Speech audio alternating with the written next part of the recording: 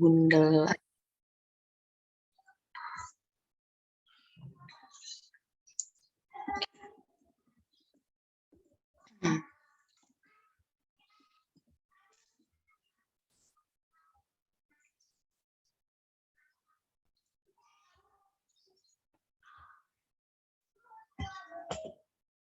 Oke, jadi sebenarnya kalau soal WhatsApp itu atau dulu nggak beda jauh sama soal UTS.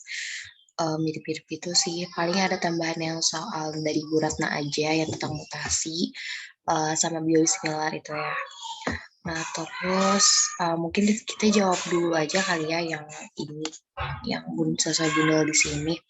Jadi kalau misalkan ditanya apa yang dimaksud sama transisi sama transversi itu, dia tuh kan salah satu jenis mutasi. Jadi kan jenis mutasi itu ada beberapa ya, ada yang substitusi, adisi, delesi gitu kan. Nah, terus yang transisi sama transversi ini itu termasuk ke jenis mutasi yang substitusi itu. Nah, kok bedanya apa? Kalau yang transisi ini tuh biasanya apa ya, pergantiannya tuh di satu jenis yang sama. Jadi misalnya kalau yang transisi ini tuh sama-sama pirimidin ngegantiin pirimidin yang lain gitu, atau nggak purin ngegantiin purin yang lain. Nah, kalau yang transversi ini tuh tukarannya tuh silang gitu. Jadi misalkan purin ngegantiin pirimidin atau pirimidin ngegantiin purin kayak gitu. Ada yang mau ditanyain dulu nggak soal yang transversi atau jenis mutasi yang lainnya?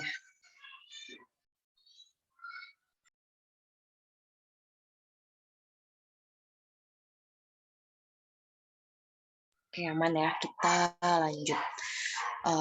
Buat yang ini tuh mirip-mirip banget sama yang UTS.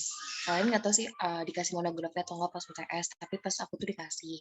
Nah, ini tuh sebenarnya tuh udah bisa kelihatan gitu di monografi itu kira-kira pengotornya tuh atau kontaminannya tuh apa gitu. Kalau misalkan dikasih contoh itu, hmm, um, misalkan di monografinya tuh dikasih tahu kalau pemurniannya tuh pakai apa ya, kromatografi gitu. Nah, bisa aja kontaminannya tuh dari si zat-zat yang kita pakai selama kromatografinya itu. Nah, gitu. Kalau atau pengotornya, atau misalkan di monografi dikasih tahu vektornya tuh bakteri gitu. Nah, berarti bisa aja kontaminan atau kontaminan itu dari si faktornya kayak gitu. Jadi sebenarnya kalau yang nomor 2 itu kalian ngebacot aja kayak apa yang menurut kalian tuh logis nih buat dijadiin pengotor sama kontaminan. Nah, bedanya pengotor sama kontaminan apa? Kalau pengotor itu biasanya dia itu merupakan zat yang emang bakal ada di situ gitu. Jadi dia tuh zat yang berkaitan sama prosedur atau kayak tahap-tahapan yang kalian lakuin gitu, yang pas saat produksi itu dilakuin gitu. Jadi misalnya pas pemurnian ini kalian pakai kromatografi yang apa sih kemarin tuh, lupa deh aku, kromatografi yang kolom atau apa gitu yang kalian harus nge-elusi dulu. Nah, misalkan si pelarut elusinya tuh ada di sediaan kalian, di hasil produk bio ini ya, biologi kalian gitu. Nah, itu berarti pengotor. Kalau kontaminan berarti dia tuh harusnya nggak ada di situ. Misalnya kalian pakai vektornya tuh vektor manusia, vektor CHO gitu ya. CHO tuh kayak dia bukan virus, bukan bakteri kan, dia tuh vektor mamalia gitu. Nah, kalau di CHO itu tuh harusnya nggak ada kontaminan, harusnya nggak ada LPS gitu. Jadi LPS di situ tuh kontaminan gitu. Kecuali kalau misalkan kalian pakainya bakteri, terus ada kontaminan LPS, terus ada LPS, berarti LPS di situ bukan kontaminan tapi pengotor, kayak gitu contohnya. Ada yang mau ditanya dulu nggak di nomor 2?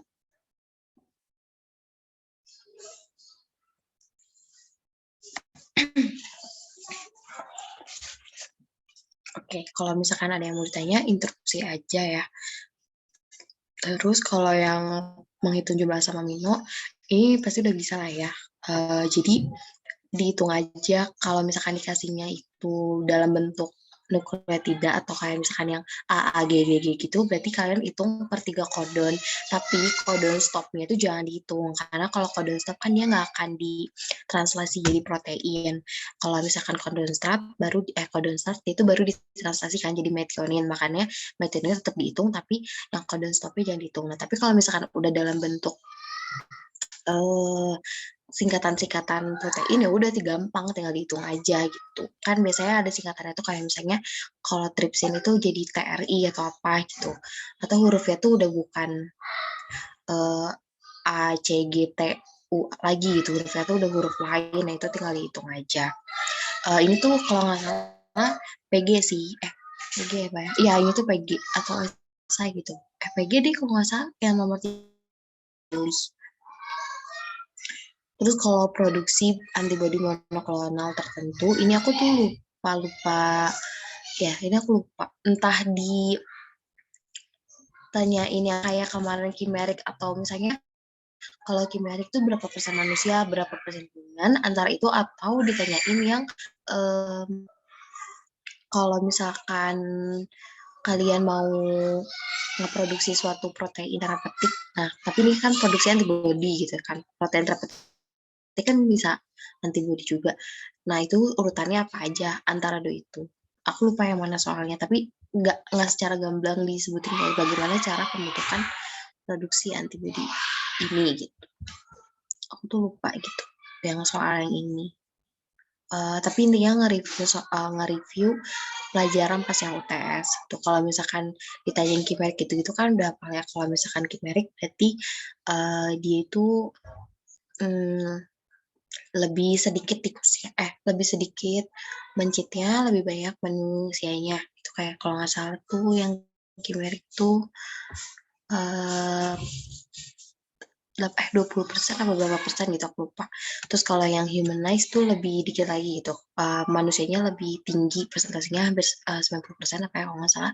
Terus yang mencitnya tuh lebih kecil. Terus kalau human berarti ya benar antibody human. Terus kalau misalkan produksinya berdasarkan protein terapeutik, berdasarkan cara produksi protein terapeutik, berarti kan kalian siapin vektor, terus kalian integrasiin dulu si DNA yang mau kalian masukin, kayak sisipin dan lain-lain. Terus kalau misalkan secara yang diajarin sama Bu Anita yang awal-awal banget, berarti kan kalian masukin dulu kalian masukin dulu antigen ke tikus, terus nanti dia kan bakal ngeproduksi antibody kan, Nah, terus nanti si antibodinya ini kalian masukin ke suatu sel yang dia tuh bisa membelah lebih cepat gitu. Jadi ntar bakal ngedapetin antibody dalam jumlah yang lebih banyak gitu. Tapi aku lupa. Ini ya benar. Jadi kalau misalkan di sini tuh caranya kalian ngeproduksi dulu antibodinya dari sel spleen. Terus habis itu nanti kalian nyatuin sel antibodi yang udah kalian dapetin itu ke sel myeloma. Nah, sel myeloma ini dia itu bisa terbelah atau berbagi itu dengan cepat. Jadi dia bisa memperbanyak diri dengan cepat. Nanti setelah kalian satuin kan nanti akan banyak nih. Nah, setelah itu kalian difusiin si antigen ke sel myelomanya tuh pakai PEG. Nah, habis itu kalian transfer ke media HAT. Di situ di media itu tuh cuman hibridoma yang spesifik yang bisa hidup kayak gitu. Nah, nanti dalam hibridoma itu ada antigennya kayak gitu. Itu yang cara hibridoma. Terus kalau misalkan produksi antibodi monoklonalnya itu ada lagi yang pakai immortalisasi sel B. Jadi itu kalau itu sel B-nya kita immortalisasi, jadi ntar bakal lebih banyak antibodi yang keluar. Tuh. Terus ini aku lanjut aja ya. Kalau ada yang mau tanya, introduksi aja. Terus kalau yang ini sama ya kayak UTS juga sama kayak gitu. Kayak UTS juga sama kayak gitu. Kita kasih monografi, terus kalian nentuin itu proses permuniannya pakai apa. Itu tuh bisa dilihat dari di apa ya? di susunan, biasanya itu ada susunan asam amino atau kayak bukan asam amino apa ya, gen pengkode. Bisa dilihat dari situ kayak kalau misalkan di gen pengkode itu ada yang histidin yang gitu atau kayak misalkan ada apa sih itu gitu, selulosa atau apa aku lupa deh, pokoknya histidin yang kayak gitu itu berarti kalian bisa pakai yang pemurniannya tuh yang pakai kromatografi kolom afinitas. Nah terus yang ini juga aku ada deh kalau nggak salah, tapi itu nggak ada yang tabel. Jadi aku cuman dikasih tahu apa dampak dari ketidakmurnian terhadap efikasi dan keamanan. Ini sama aja kalian kayak ngebacot aja gitu. Kayak misalnya kalau misalkan ketidakmurniannya itu ada penambahan protein gitu ya, misalnya, berarti kan ntar ngaruh nih kalau semakin apa ya? Kalau misalkan protein semakin ada pertambahan asam amino, berarti kan bentuk proteinnya akan lebih besar. Kalau misalkan lebih besar, ngaruh ke keamanan, dia bakal lebih imunogen. Terus kalau misalkan penambahan apa ya, penambahan glikosilasi kalau nggak salah. Jadi kalau di protein, kalau di manusia itu protein itu nggak cuma protein, biasanya ditambahin ujungnya gitu, ada glukosa atau apa. Nah, penambahan ujungnya itu tuh bisa ngaruh juga ke efikasi kalau misalkan nggak sama gitu, nggak murni kayak gitu.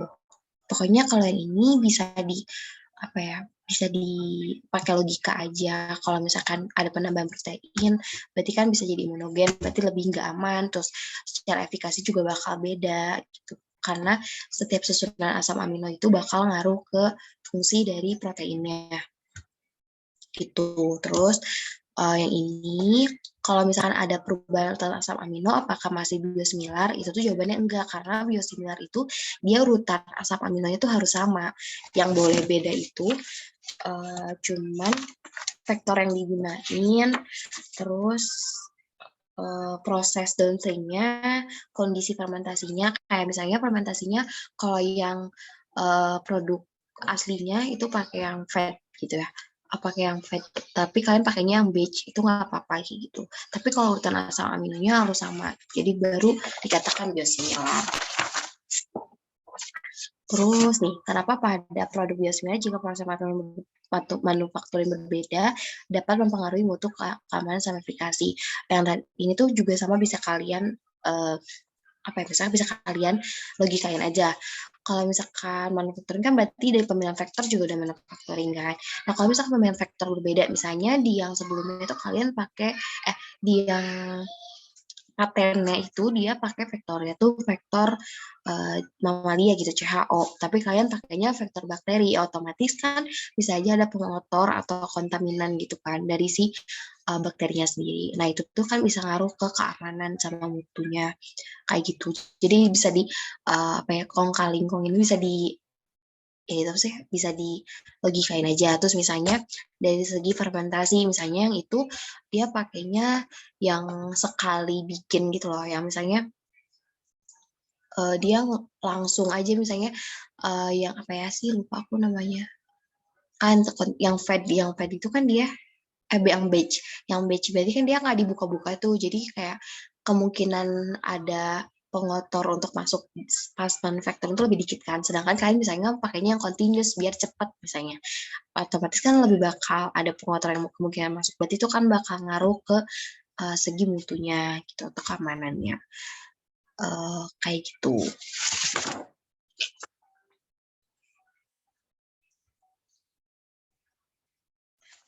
Ya, terus kayak ini waktu dulu juga aku ngebaca aja sih. Terus kenapa antibody masuk protein terapeutik? Gitu, karena kan antibody juga sebenarnya protein, dan antibody juga bisa digunakan untuk menterapi atau apa ya, mentreatment suatu penyakit gitu. Nah, terus modifikasi AB terkait keamanan dan efikasi. Kalau yang ini tuh modifikasi AB terkait keamanan dan efikasi itu yang tadi, yang awalnya kan kita tuh antibodinya 100% dari tikus. Tapi ternyata ketika dimasukin ke manusia kan terjadi yang namanya antibody gitu kan. Nah makanya itu dimodifikasi, jadinya lebih banyak bagian dari antibody yang dari manusia gitu. Itu terkait keamanan dan efikasi, kenapa ada modifikasi. Terus kenapa dilakukan kombinasi trastuzumab sama pertuzumab? Nah, ini tuh kan yang di kanker ya. Jadi yang kanker payudara itu dia ada 4 domain yang berperan gitu. Nah, aku lupa yang trastuzumab tuh antara yang domain 2 atau domain 4, domain 2. Trastuzumab itu dia ngehambat di domain 2 biar nggak berikatan sama domain-domain yang lain gitu, nggak hetero sama nggak homo kalau nggak salah. Nah, kalau yang pertuzumab dia tuh ngehambatnya di domain 4 gitu. Kenapa sih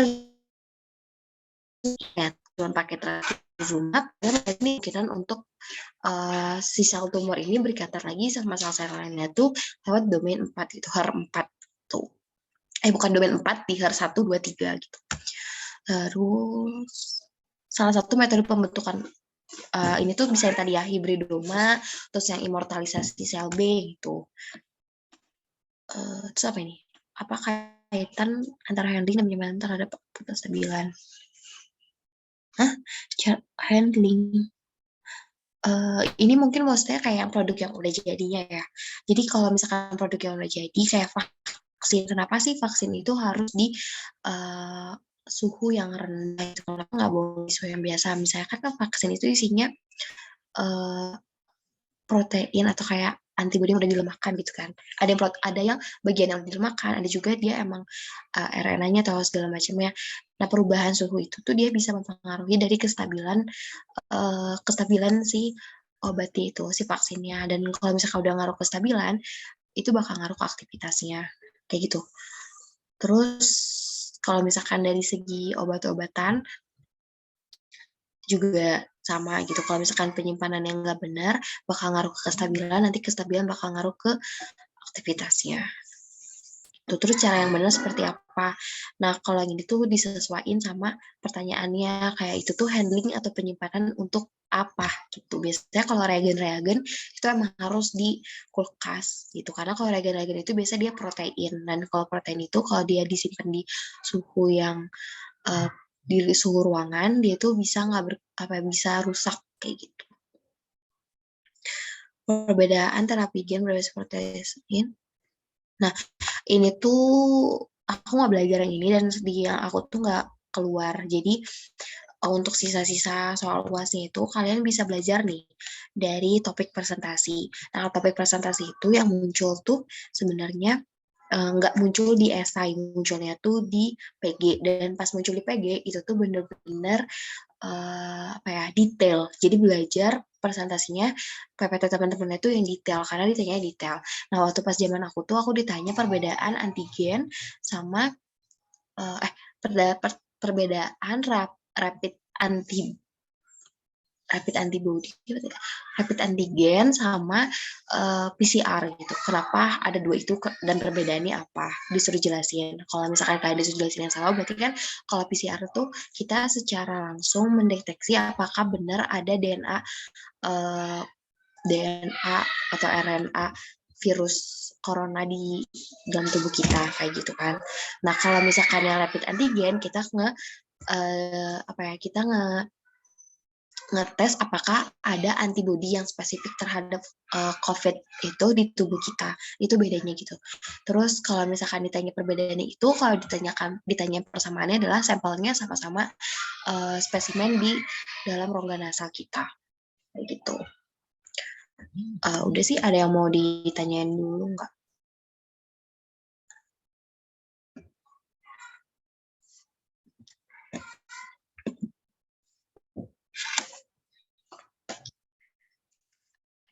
Yang masih bingung, guys?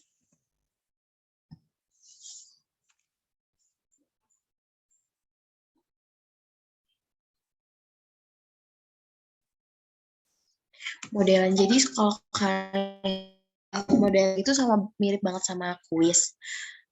Aku sih kemarin mirip banget sama kuis. Terus kalau misalkan yang baru-barunya tuh benar-benar detail sesuai apa yang ada di PPT. Tapi sebenarnya tuh nggak sama kayak PPT yang teman kalian presentasiin, kan kayak ada presentasi PPT kan. Nah, biasanya dosen tuh ngambil dari situ, tapi si jawabannya tuh yang jawaban yang dosen yakin benar gitu loh, bukan yang di PPT-nya. Kayak gitu.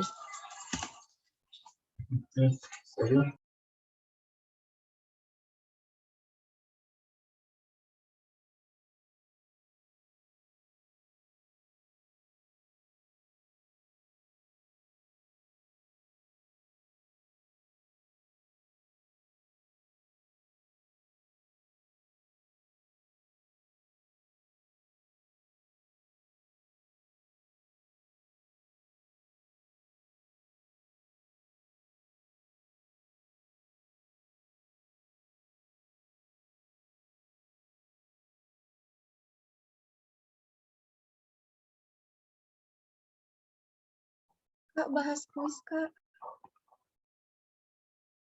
Kenapa? Sorry. Bahas kuis, Kak, kalau udah selesai. Bahas kuis, boleh. Kalian ada soalnya? Kalau aku nggak ada sih, kalau teman-teman yang lain ada nggak? Soalnya aku tuh nggak SS kuis yang aku sih, yang setelah UTS tuh.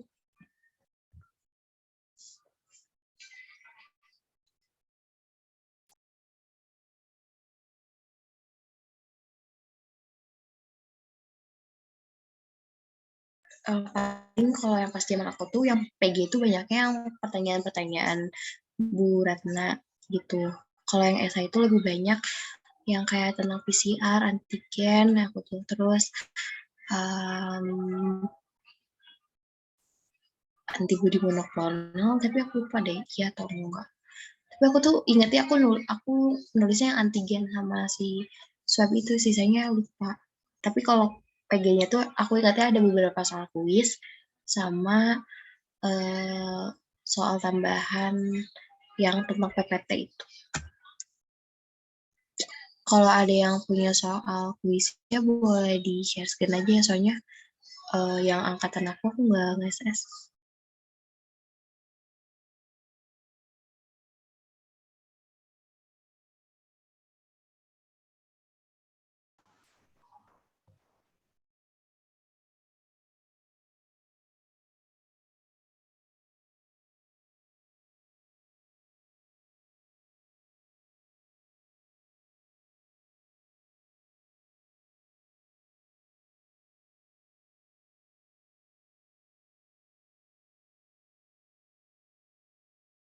Ya udah boleh, mungkin di-share screen aja yang Ivana dulu.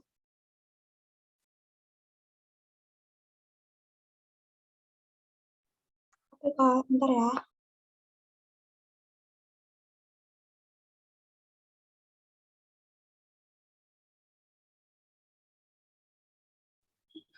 Kayak gini ya. Imunogenitas merupakan salah satu parameter yang diujikan dalam proses pengembangan biosimilar. Jika biosimilar memiliki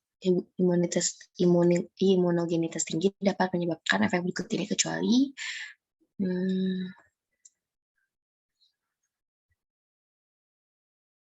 alergi cross. Oke, batuk. Oke.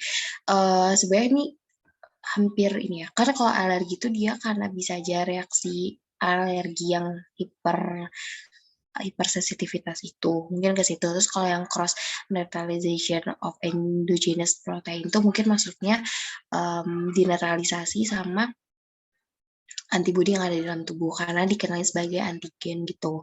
Terus kalau batuk sebenarnya aku tuh kurang paham gitu karena kalau batuk itu kan dia bukan respon alergi secara umum, respon hipersensitivitas secara umum gitu kan. Jadi antara ini atau enggak yang menurun itu. Nah, ya sama Biung. Sebenarnya kalau misalkan lebih ini ya tuh dia menurunnya efikasi itu udah pasti sih, karena dia imunogenitas kan. Jadi bakal lebih tinggi efek sampingnya dibandingkan efek khasiat obatnya. Kayak aku nggak tahu itu hubungan situ sama batuk apa. Pengembangan biosimilar. Perbedaan dalam proses pembuatan biosimilar dapat mempengaruhi mutu produk. Salah ya ini. Biosimilar memiliki struktur yang berbeda. Ini yang salah ini. Biosimilar memiliki struktur yang berbeda dengan obat imunovator. Jadi biosimilar itu harus sama strukturnya, tapi yang boleh beda tuh proses pembuatannya, terus bentar. Biosimilar dapat digunakan untuk efikasi yang berbeda dengan obat imunovator. Tapi pemisahan inovator ditunjukkan dengan karakterisasi. Ini iya. Ntar, ini antara ini sama ini. Perasaan efikasinya harus sama deh. Ingat aku ya, efikasinya tuh harus sama.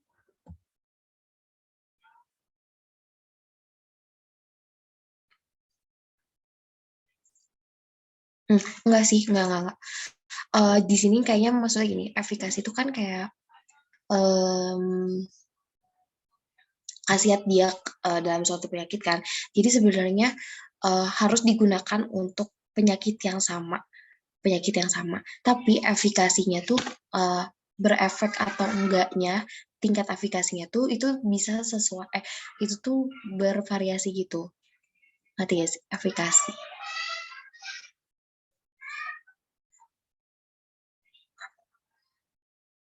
Tapi kenapa aku lebih ke sini ya? Soalnya karena kan urutan asam aminonya tuh harus sama. Kalau urutan asam aminonya sama, otomatis strukturnya tuh bakal sama.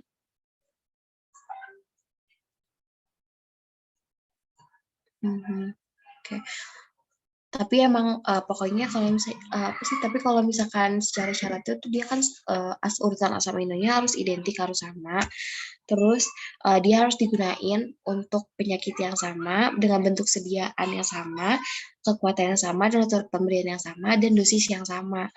Kayak gitu.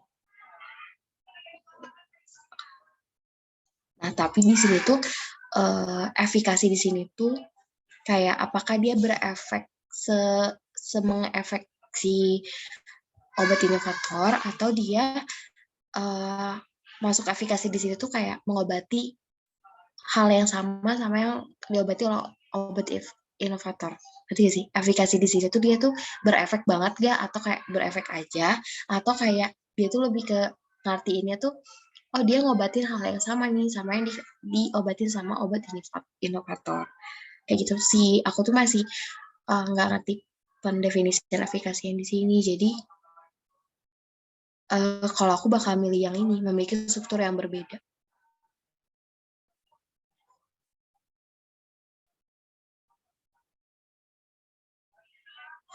Oh, profil glukosilasi. Ya ngaruh juga nggak sih? Masih boleh kalau glukosilasinya beda. Nah, tapi bingung, efikasi juga kan kualitas, mutu, keamanan, efikasi. Maksudnya semua perbedaan yang ada di biosimilar itu bakal ngaruh juga ke efikasi dari obatnya gitu.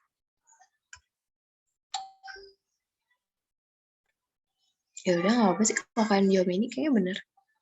Kalau misalkan struktur dari profil glukosilasinya itu emang boleh beda sih. Oke. Oke, sip. Terus pengalaman biosimilar membutuhkan waktu yang lebih lama daripada yang dikatakan harus memastikan kemiripan. Ya ini salah karena lebih cepat gitu karena udah ada susunannya juga. Oke.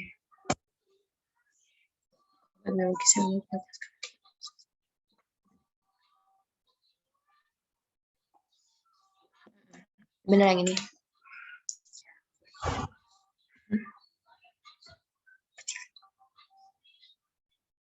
Sehingga kaitan mutasi dan dengan resistensi antibiotik.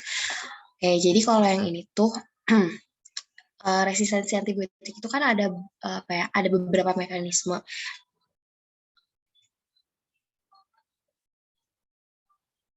Bentar ya.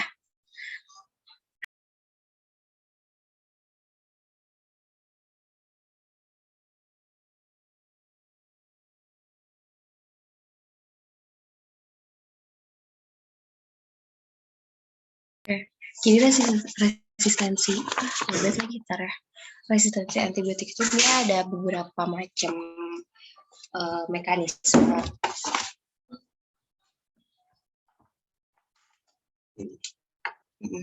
Nah, dia tuh ada yang resistensi alami sama resistensi dapatan. Nah, resistensi alami itu misalkan contohnya dia punya beta laktamase, jadi dia bisa ngedegradasiin ampicillin misalnya kayak gitu, atau yang lain-lain.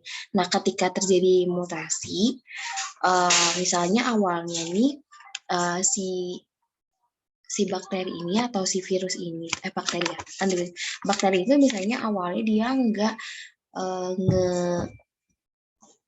itu deh. Oke, terus ada juga resistensi dapatan. Nah, kalau resistensi dapatan ini tuh dia karena ada transfer gen resistensi. Nah, itu kan ada 3 jalan tuh, ada transduksi, konjugasi, sama transformasi. Nah, kalau misalnya transduksi itu dia lewat bakteriofag, terus kalau yang konjugasi itu dia lewat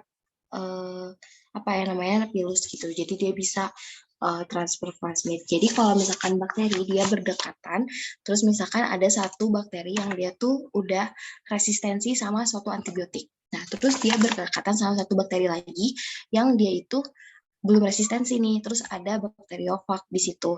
Nah, si virus yang satu dia tuh bakal bawa gen resistennya ke si bakteriofagnya. Jadi nanti bakteriofagnya ini yang bakal ngeinfeksi bakteri lain biar ngebawa si gen resistensinya kayak gitu. Jadi mutasi di sini tuh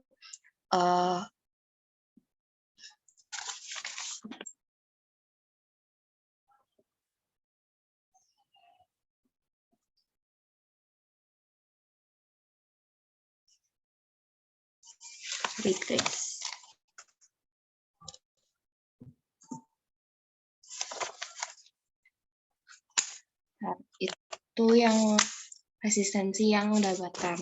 Nah, tuh kalau misalkan kaitannya sama yang mutasi itu,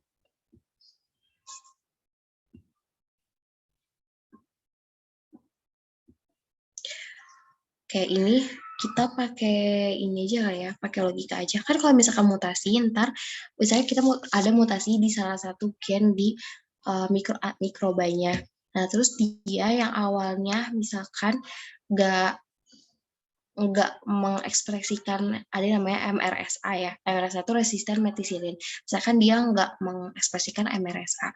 Ketika dia mutasi, si gen yang ada di dalam bakterinya itu, dia malah mengekspresikan MRSA. Nah, jadinya dia bakal resisten sama methicillin.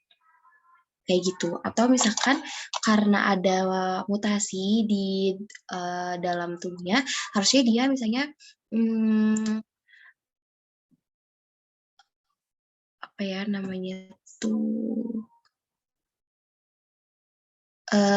harusnya dia tuh dindingnya tuh kayak gini nih, misalnya target dindingnya tuh seperti ini gitu. Jadi antibiotik itu bakal ngenalin dinding sel bakterinya tuh yang kayak gini. Tapi ketika dimutasi, dinding selnya tuh berubah, jadi modifikasi, makanya nggak akan dikenalin lagi sama si antigen kalau misalkan itu. Terus kalau misalkan antibiotik karena berubah modifikasi dinding selnya, akhirnya si antibiotiknya tuh nggak bisa masuk ke dalam sel bakterinya.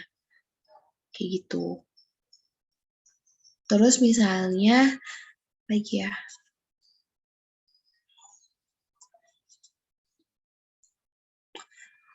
itu sih ada modifikasi di target antibiotiknya.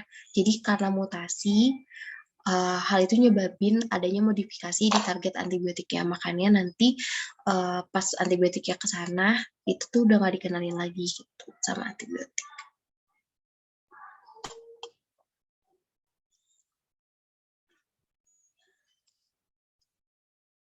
Kayak gitu.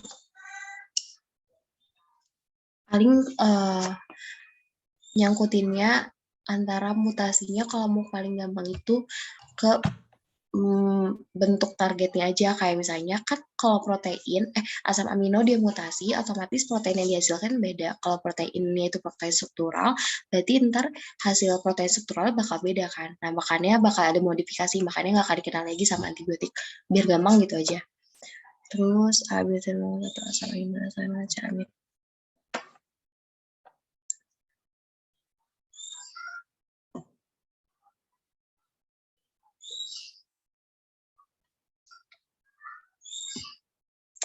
Sebenarnya kalau misalkan struktur 3 dimensinya itu masih sama, itu masih bisa memiliki fungsi yang sama. Karena fungsi protein itu tergantung sama bentuk 3 dimensinya. Jadi bentuk fungsional protein itu kan yang 3 dimensi. Jadi kalau misalkan secara kimia atau struktur si bentuk 3 dimensinya masih sama, ya berarti kemungkinan besar ya fungsinya juga masih sama.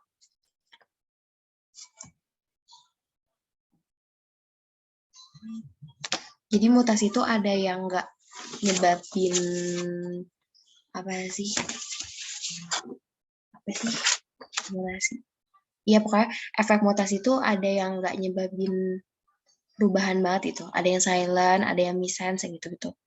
Nah itu tuh berarti masuknya ke yang silence, yang dia tuh sebenarnya ada mutasi tapi karena hasil yang di asam amino yang dibentuknya tetap sama, terus juga strukturnya tetap sama, jadi nggak ngefek apa-apa. Nonsense.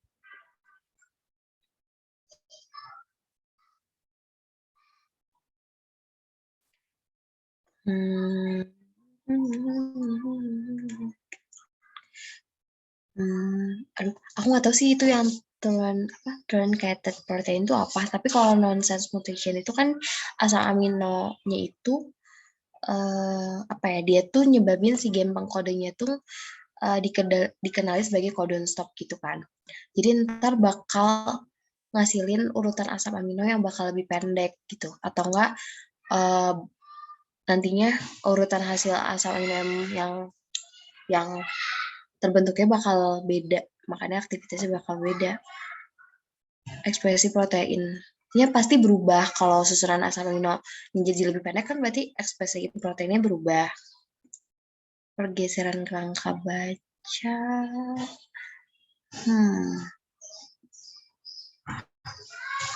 Kayak kalau pergeseran kerangka baca lebih ke missense deh, karena ada substitusi atau penggantian asam aminonya.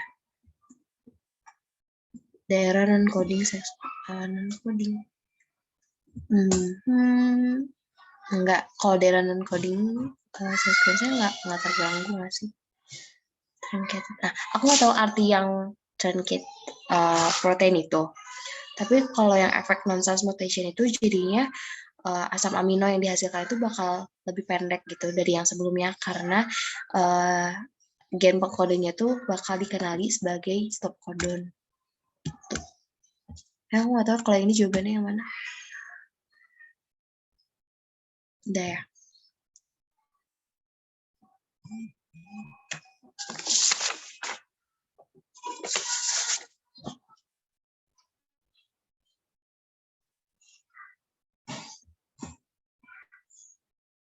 Kalau nggak salah tuh ada deh yang keluar yang penyakit-penyakit gitu. Tapi aku lupa penyakit yang mana.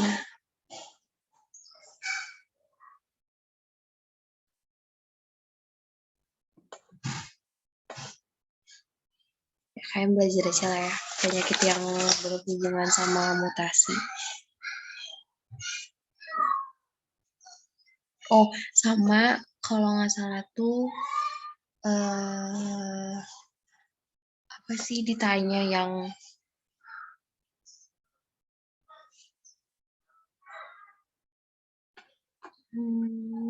kalau misalkan mutasinya tuh di area non-coding sequence tuh kayak gimana, kayak gitu. Kalau misalkan itu tuh berarti nanti tuh bisa aja harusnya tuh dia ditranslasiin sebagai exon, tapi malah dia tuh ditranslasiinnya jadi intron kayak gitu. Nah, ntar kan kalau misalkan yang exon tuh harusnya dia nggak ada kan di yang exon tuh kan dia harusnya tetap ada, yang intro tuh harusnya dia dipotong. Tapi karena kebalik itu, hasilnya bakal beda gitu.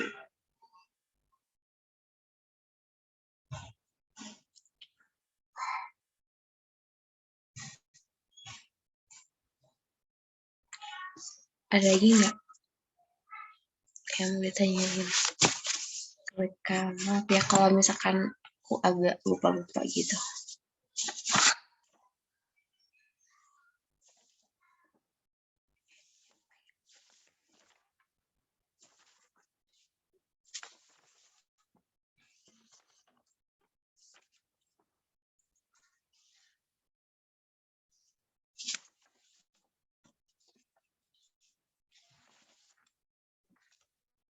Oke, boleh di-share screen aja.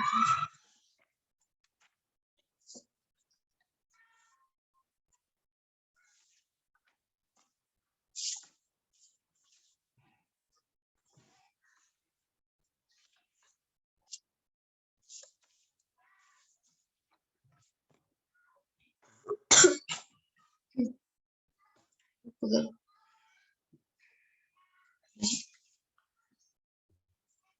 Bisa.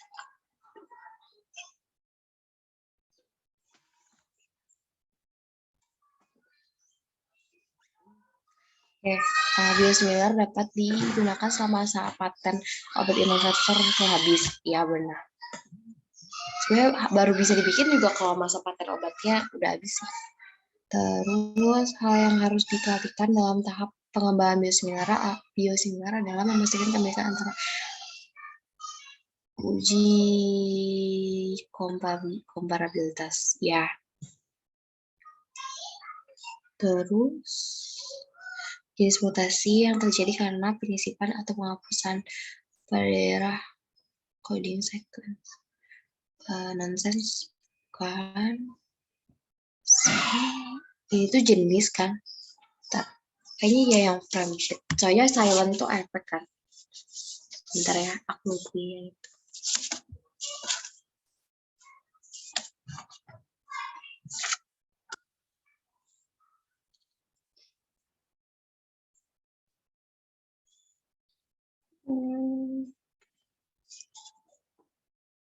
Penghapusan bahasa daerah coding.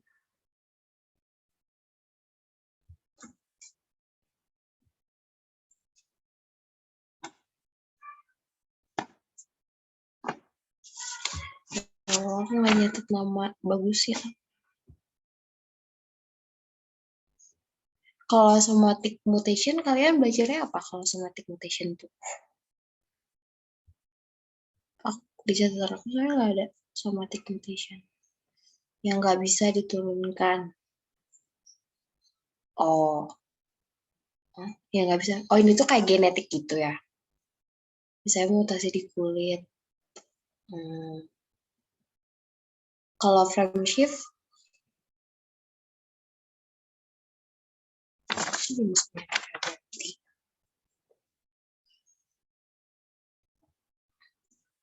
oke, berarti itu jawabannya. Soalnya di aku nggak ada catatan frame shift dan somatic mutation. Oke, lanjut.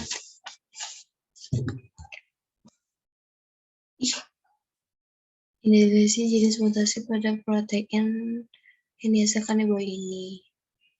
Sama amino. Itu ya, ujungnya beda ya. Nggak, ujungnya kepotong nggak sih?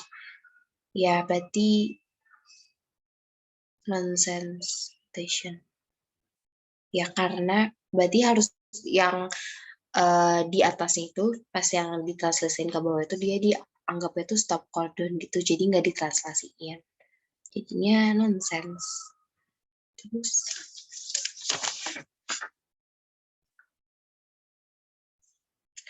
bismillah, memiliki struktur dan karakteristik protein yang berbeda dengan faktor. Namun memiliki urutan asal sama. Ya, yang penting kan urutan asal aminonya sama. Karakteristiknya nggak apa-apa beda. Terus, susunlah langkah-langkah produk biosimilar Nah, ini tuh sama kayak produksi protein itu loh, yang biasa. Dua apa? Enam, satu. Kalau adisi atau delesi berarti di tengah urutan proteinnya. Iya, biasanya sih gitu ya. Karena kan pasti codon staff mulainya dari metionin. Kalau metioninnya ke apa namanya ke translasiin, ya berarti bakal mulai kan. Kalau misalkan metioninnya nggak ke translasiin, berarti di situ mutasinya. Tuh.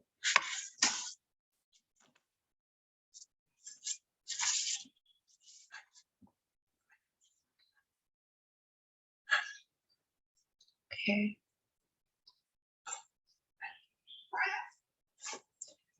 Ntar ya, yang ini tuh formulasi dan evaluasi. Cara formulasi dan evaluasi kayak terakhir ya, 4. Produksi protein, purifikasi, karakterisasi protein, ya. 5. Fitur sel konstruksi, terus iya benar. 5, 2, 6, 1, 3.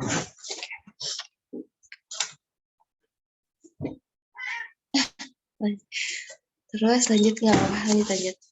Mutasi yang mana yang bersifat inheritable. Inheritable itu apa, guys? Udah lupa.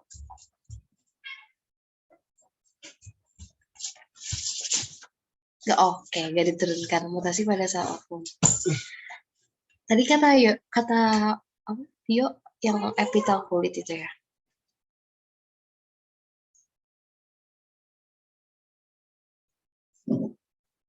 Siapa nggak nyatet yang gitu?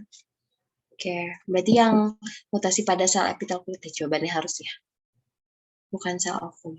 Nah sih kalau gitu. Oke, berikut ini perbedaan antara biosimilar. Oke, aduh. Berikut ini perbedaan antara biosimilar dan obat generik kecuali kebalik, inheritable itu yang diwarisin. Ayo guys, yang inheritable itu yang mana? Aku nggak lupa, nggak diajarin apa, nggak ada cerita.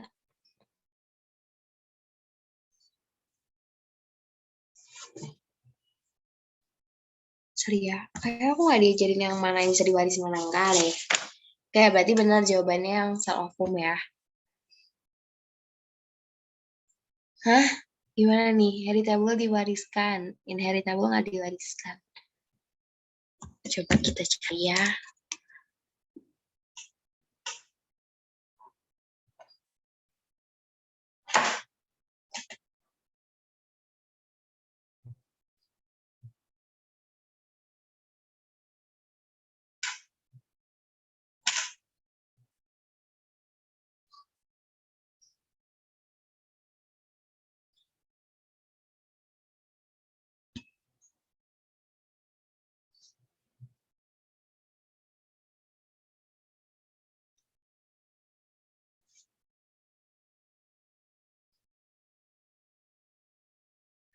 Heritable tuh dapat diwariskan. Jadi ya berarti yang inheritable tuh yang nggak bisa diwarisin, bener. Jadi yang inheritable berarti yang sel epitel kulit ya. Oke.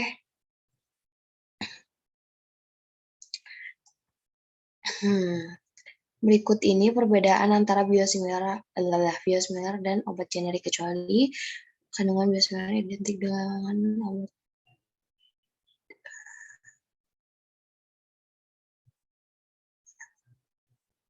mengandung senyawa obat yang sama dengan obat. Ya, kandungan biosimilar identik dengan obat itu. Biasanya harus diproduksi pada salinan yang sama dan false. Yang nggak harus diproduksi di salinan yang sama. Terus,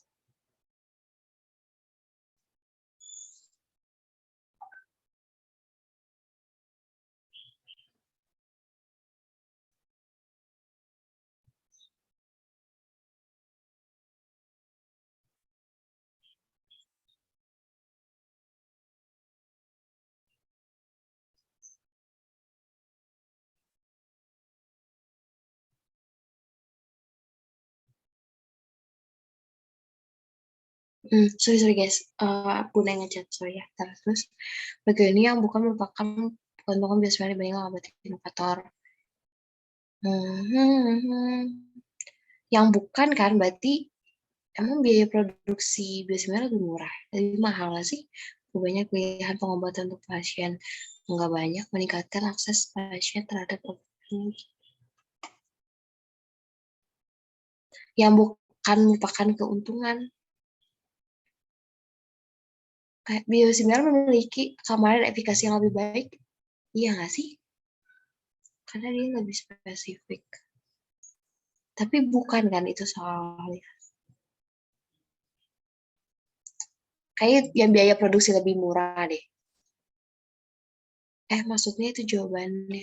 Kamu gimana?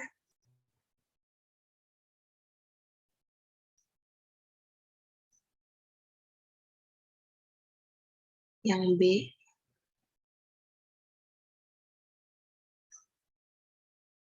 bukan merupakan keuntungan.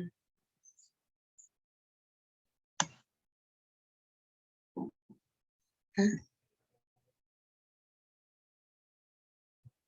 Oh, karena penelitiannya. Oh, iya bener juga. Tapi emang biasanya nggak lebih aman deh. Enggak juga ya.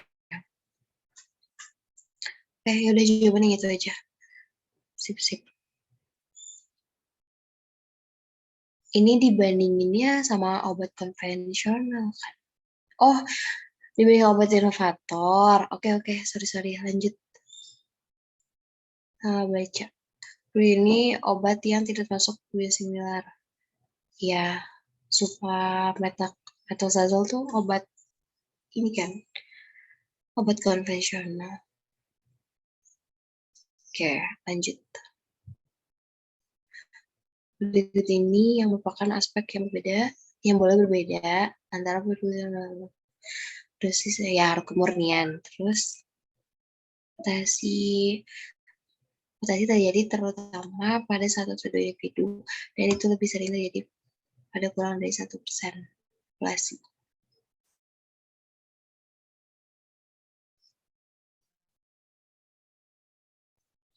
Iya nggak sih, benar. Kayak mutasi itu jarang kan. Terus jelaskan secara singkat udah ya. Terus ini apa? Pernahkah manakah penjelasan mengenai pengalaman? Ya ini udah nggak sih yang tadi yang Ivana ya? Bismillah dan inovator memiliki ya urutan asam amino. Terus pengalaman biasanya melakukan waktu yang lebih lama. Salah. Terus apabila terjadi mutasi mengubah satu asam amino menjadi asam amino lain yang mirip secara kimia. Ya, ini udah ya tadi. Terus, nah ini aku gak tahu jawabannya apa tadi kan. Udah ya kan. Terus apa itu udah ini udah kan. Mutasi di mana tidak terjadi. Perubahan asam amino, silent mutation.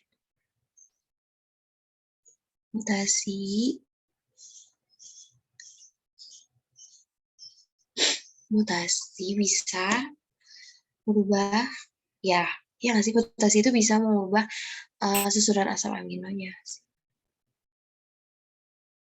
di promotor. Promotor tuh dia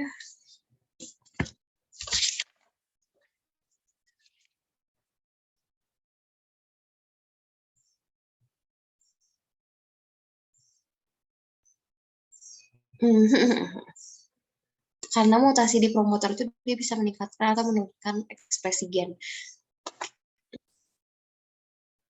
Tapi iya lah ya, ini gini.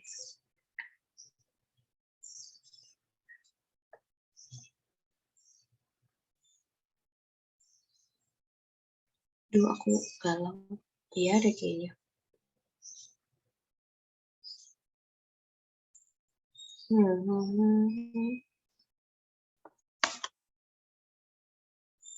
Could change them.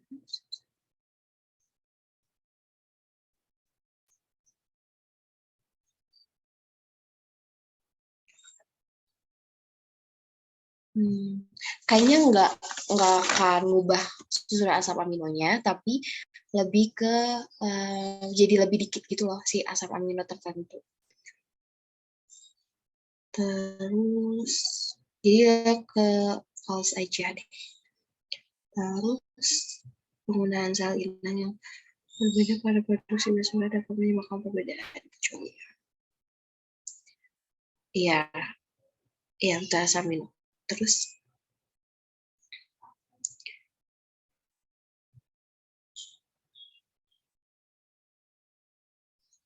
hmm?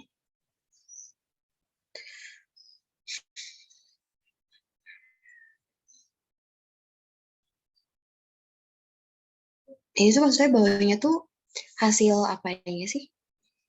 Hasil transkripsinya. Pasangan ya? Tapi ya? A, A, T, T, C, G, C.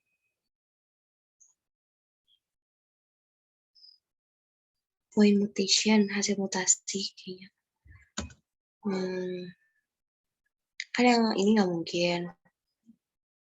A, A, T, T, C, G, C. Point mutation tuh yang mana? Kan yang ini tuh ada penambahan A ini. Ini penambahan A, ini hilang T-nya 1. Yang ini ada tuh apa ya? Penukaran T sama C yang ini. Point mutation tuh berarti yang mananya guys? Aku nggak nulis point mutation tuh apa sih?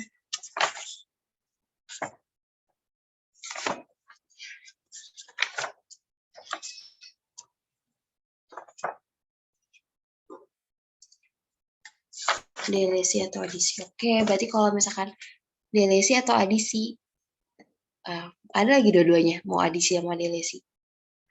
Coba ya, point mutation.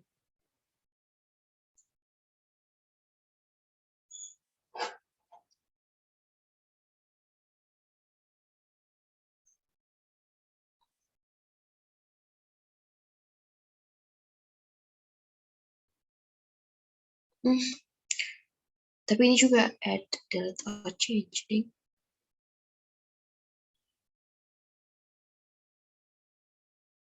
Substitution berarti ditambah deh kayaknya. Yang ini juga nih, soalnya di sini genetic alteration caused by substitution of single nucleotide point mutation. Jadi berarti ada penambahan aja yang AA, TT, CGC.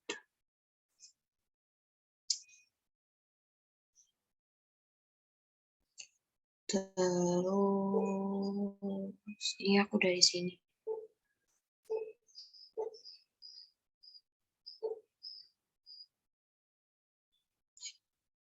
Tar. Bukan penambahan deh kayaknya. Kucing aku tuh yang turunin.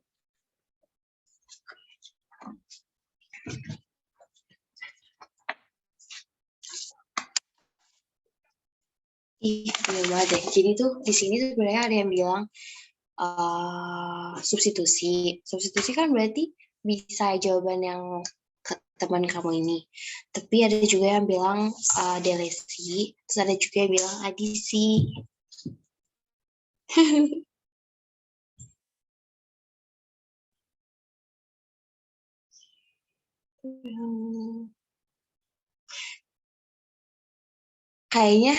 Kayaknya point mutation tuh ini semua deh.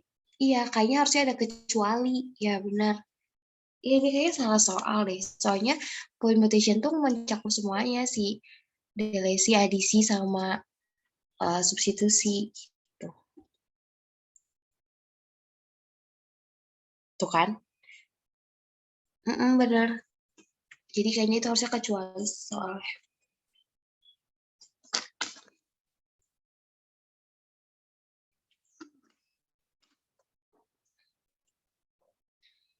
Udah.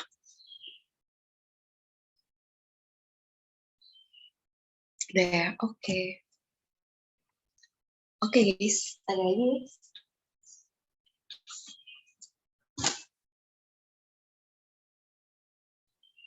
Oh iya boleh kok.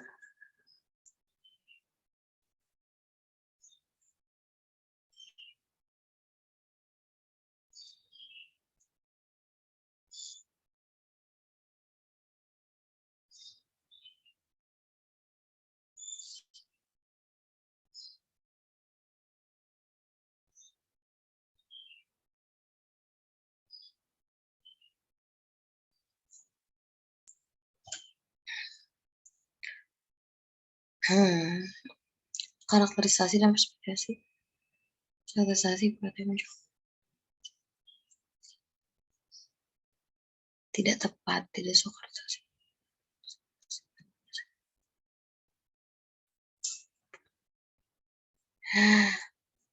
Karakterisasi hanya berisi parameter yang berkaitan dengan keamanan dan efikasi. Spesifikasi merupakan parameter kualitas produk yang dihasilkan.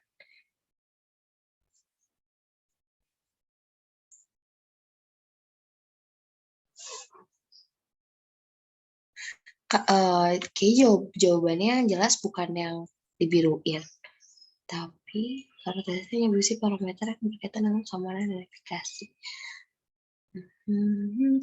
Spesifikasi merupakan parameter kualitas produk yang dihasilkan setiap lot produksi. Spesifikasi terhadap tidak semua karakterisasi masuk. Kayaknya yang paling bawah deh. Spesifikasi merupakan parameter kualitas produk yang dihasilkan setiap lot. Kayaknya itu ya.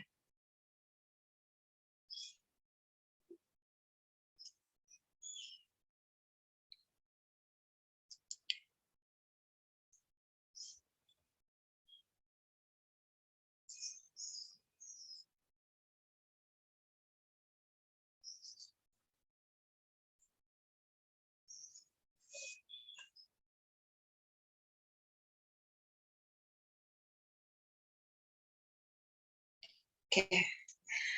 Fungsi sodium. Ini tuh materi sebelum UTS ya sih? Di aku mah. Di kalian? Iya nggak? Atau kalian UASnya? Oke. Jadi kita nggak usah lanjut ya. Udah lupa.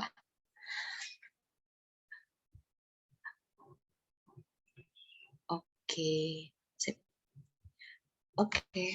UASnya tuh, kalian UASnya nggak semuanya kan? Nggak, maksudnya nggak semua materi dari awal kan ya? Setengah doang kan? Tahu semua materi?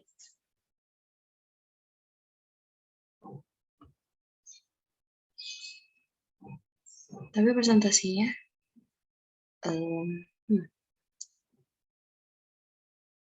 oke. Oh iya, karena kalau presentasi emang ngulang dari semuanya. Dari awal. Tapi nggak akan ditanya detail kayak pas UTS kok. Kayak soal-soal yang tadi. Tuh. Kalian tuh presentasinya ada yang tentang apa ya, ada yang tentang PCR gitu-gitu nggak? Kalau ada itu pasti keluar. Nah, itu pasti keluar.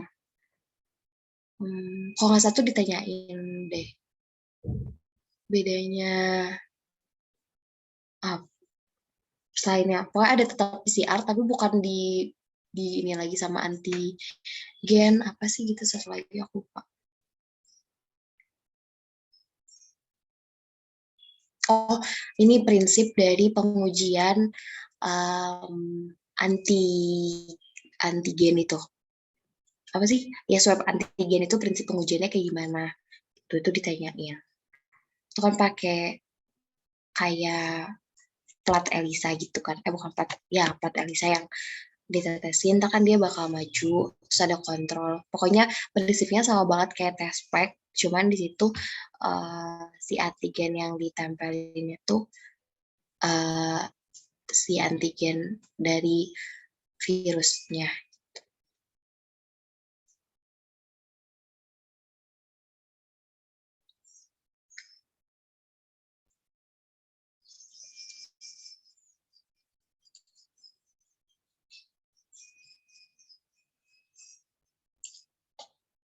Ada lagi yang mau ditanyain?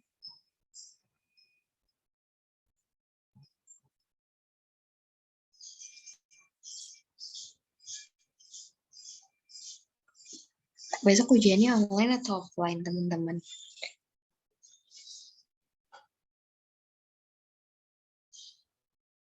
offline. Mukanya bahagia banget. Oke, semangat ya offline. Seenggaknya masih bisa lihat soal sebelumnya. Kalau aku dulu kan nggak bisa. Kalau obat COVID, ada nggak obat COVID? Enggak. Enggak sih. Waktu itu aku nggak keluar obat COVID. Gitu tahu kalau kalian ya. Waktu itu sih aku nggak keluar yang obat COVID. Yang keluarnya lebih yang antigen gitu. Terus tes full essay. Nggak tahu. Oh, berarti beda ya. Pas aku sih dulu tesnya ada PG-nya, tapi ya PG-nya tuh sistem minus gitu.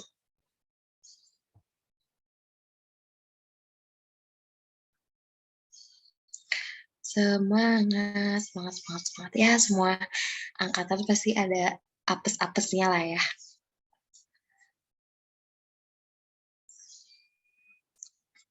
Kayaknya sekarang, pokoknya itu sih yang anti, pokoknya yang harus benar-benar dipelajarin itu yang itu, yang rapid-rapid, pokoknya berbau COVID itu. Terus sama yang kalian presentasiin gitu. Takutnya ada pertanyaan yang kayak ada soal yang kayak coba kalau kalian mau bikin uh, protein antibodi monoklonal apa aja harus disiapin. Misal ya. Aku soalnya lupa. Aku ingat banget ya yang tentang COVID dan pertanyaan lain yang agak spesifik. Oh, ini kan ada antibodi yang dipresentasikan kan. Nah, itu seenggaknya hafal aja dia tuh kegunaannya untuk penyakit apa dan kenapa. Seenggaknya tahu itu aja.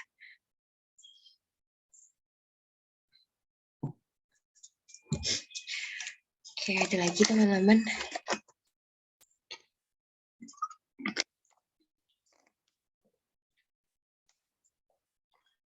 Kalau nggak ada sampai 14.40 aja kita cukupin. Boleh nggak? Soalnya aku ada urusan lagi setelah ini.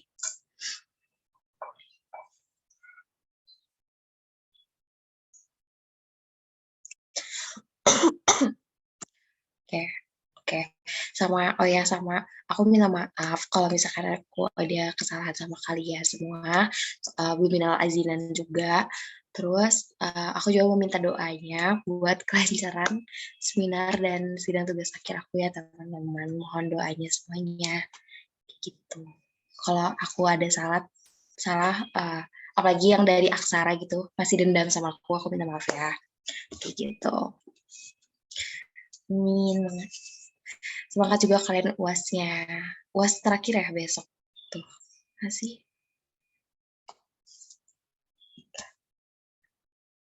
Jangan lupa healing.